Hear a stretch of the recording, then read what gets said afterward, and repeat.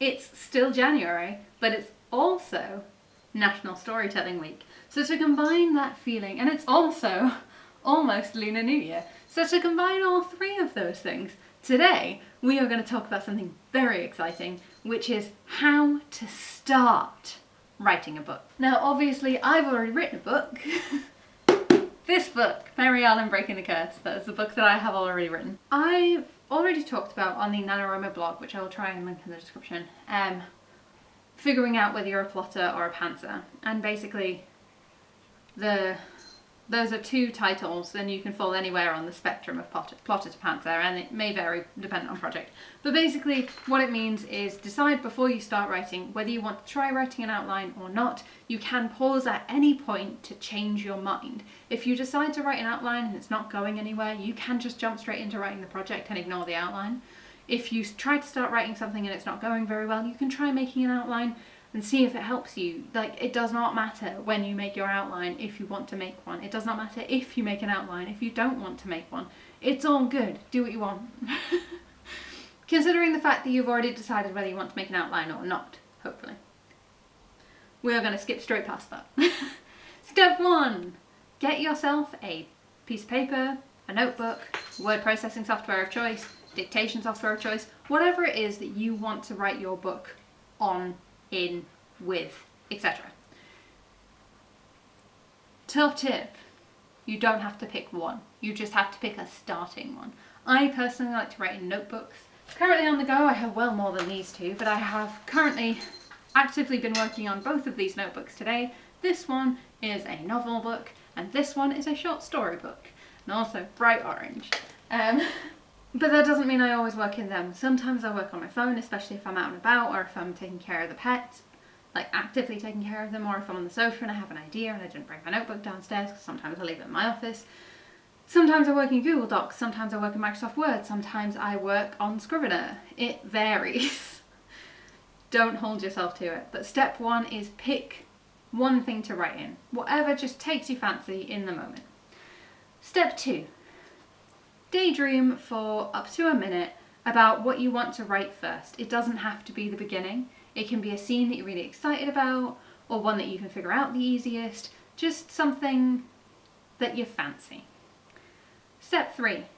Put pen to paper, fingers to keyboard, or voice to microphone. Step 4. Optional step. Write the words "probably worst version" at the top of the page, just to cut yourself some slack, because in the grand scheme of things, that way you've already covered your bases. You already know it's probably the worst version you're going to write. And guess what? That means you can write the worst possible version of it. Step 5. Write words. Those words can be "character goes to zoo, meets a human in a cage because character is an alien, and then." Or they can be "the sun crested the horizon, painting the sky green and purple as it reflected off the blue sands of Meliscan. Creon sighed as she adjusted the hat onto your head. She was always called in for muddy garglash, and some people thinking they'd discovered some new kind of creature." Write words for 20 minutes, or until you get to 200 of them. 200 words. Or whatever small goal you can most easily force yourself into. Do not go over 200 words or 20 minutes. Don't decide the first time you're ever going to try writing a book that you are going to try writing 1,000 words in one sitting. Don't do that to yourself. It's not a good idea. Don't do that to yourself, because as soon as you pick a bigger goal than something you can very, very easily force yourself into, it's not going to work. I know someone online who demands 50 words of themselves. Do you know how many words 50 words is? It's not even this video. It's not even this point. Step 6. Once you get to your small goal, decide whether you want to or can keep going. And if you can't, that's okay. Because you can try again later, or maybe tomorrow, or the next day you have time and space to write, schedule it. And if you feel like you can keep going, keep going. If you can keep going, absolutely keep going. Try for another 200 words for another 20 minutes. Or don't set a goal for yourself. Just see how many more words you can get. Step 7. Try not to accidentally write for so many hours that you forget to eat and drink and you end up with a really bad headache from it. Just me? Try not to write for so many hours that you're late to something you were supposed to go to.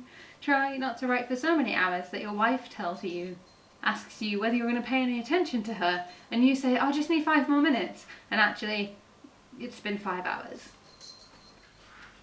and you haven't moved. Just me? It's fine. Step 8. Reward yourself for showing up. Even if it's just congratulating yourself internally or doing a little celebration dance when you reach a teeny tiny goal, 20 minutes, 200 words. It might feel ridiculous at first to celebrate something so tiny, something that you intentionally made easier than you really thought you needed to make it. But every time you show up and put words on the page, even if they are probably the worst version, because you deserve to celebrate it. A tiny goal achieved is still a goal achieved, and guilt tripping yourself is just sabotaging tomorrow's attempts. Suddenly, next thing you know, because every time you sit down to write and you don't quite get to that 20 minutes, or there's not as many words as you hoped you would get in 20 minutes, and you end up, and you decide, and you do the thing where you're like, it's not enough words, it's not enough effort, it's not enough. Suddenly, every time you sit down, you're gonna get that feeling in your chest of, well, nobody likes it when I do this. It's the worst version ever. It's bad words, I'm having a bad time. You're not gonna write a book. You need to frame it in a positive light. Writing a book should be fun most of the time. Like, I know that there's a lot of authors out there that are gonna think that's completely radical, because how can it be fun most of the time? It's work. But it is meant to be fun. Like, I cannot even begin to describe how much fun I have writing books, how much fun I had writing this. Even when it got to the hard parts, it was fun most of the time. And like, I think that comes across in the book. It's light-hearted, it's funny, it made my wife laugh out loud, and she never laughs out loud at books. And I know that it doesn't sound like much, it's my wife, she's got the same sense of humour as me. She's probably viewing this in a more positive light than a book by a stranger, maybe. But no, because you don't know my wife. She's not like that. Like, I love her to pieces, obviously, or I wouldn't have asked her to marry me. But like, if I'd given her a piece of garbage and said, "Will you read that?" and she thought it was a piece of garbage, she'd have just told me, "That's crap, don't publish that." She did not say that about this book. And then other people also haven't said it about it. So I'm taking it as a win. It's not a piece of crap.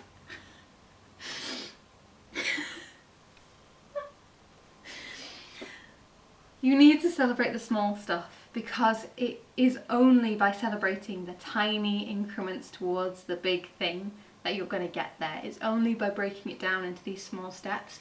And I'm not talking about specific steps like do chapter 1, do chapter 2. I can't work like that. Maybe you can see how what works for you. But ultimately, don't plan for that to be the thing. Plan for 20 minutes or 200 words or 50 words or 5 minutes, or in the time before my meeting starts on Zoom, I'm just going to type some words of my story. I'm already all set up to go. In the time before my D&D session starts, while I'm waiting around on Roll20, I'm just going to type a few words, just in that small space of time that I have available to me. In the time I'm waiting for this pasta to boil and cook, I'm just going to write some words. In the time when my dinner is in the oven, I'm just going to take the time to write some words. It doesn't have to be a specific 20 minutes that you've specifically carved out. I mean, it's more helpful if it is. But if you know that you're going to have 30 minutes waiting for the lasagna to cook in the oven or something, just hang out in the kitchen with a notebook or a voice recording software. Like, I have on my phone a thing called Otter.ai, the app of it, which is technically designed to be meeting notes for a Zoom meeting. But it works. It dictates what I'm saying into sentences. And if you're thinking, can I really write a whole book? 80-odd thousand words on average, in the space of time that it takes to cook a lasagna over a series of weeks, in the 5 minutes before this meeting or that meeting, in the 15 minutes of this is when my boss comes in and I have to sit and wait for work to start. in my lunch breaks, in whatever precious few grabbed minutes you have, can I really write a whole book in that time? And the answer is twofold. Kinda yeah, you absolutely could, it would just take quite a long time. But also kinda no, kinda the thing is that this isn't about finishing the book. This is about how to get started. As soon as you've framed writing in this positive light, where every time you hit 200 words, every time you do a 20-minute stint of writing, even if it's while you're cooking a lasagna or while you're waiting for work to start or whatever way you're doing it, you will have framed writing in a positive light. Suddenly it's a positive association and suddenly you want to do it more often. It stops being that thing that you sort of get home from work and you think, oh, I'm so tired, I don't want to write, because you get to celebrate it every time. It's a pleasure trove for your brain. You get a dopamine hit because you did the thing and you get to celebrate that. And like, it's so valuable to frame it in that light and to do it that way. This isn't how to write a book from start to finish. This is how to get started. So, as I said, I know what I'm talking about. Got a book out. Mary Arlan Breaking the Curse. Adult fantasy novel with action adventure, heapings of magic and a delightful slow and heartwarming romance. Follows our main character Mary, who wants to be a guardian. It's just a few things standing in her way. Her gender, her secret heritage, and her penchant for questioning authority. It is available in paperback, it is available in ebook, it's available in signed paperback, which is very exciting. You can only buy those directly from me. All of the links are in the description, along with how and where to find me on the internet and any other relevant links that I can think of that I want to put in this video. Things like National Storytelling Week, because as I already said, it is National Storytelling Week, which is like right next to the like and subscribe buttons if you feel like sticking around. Bye.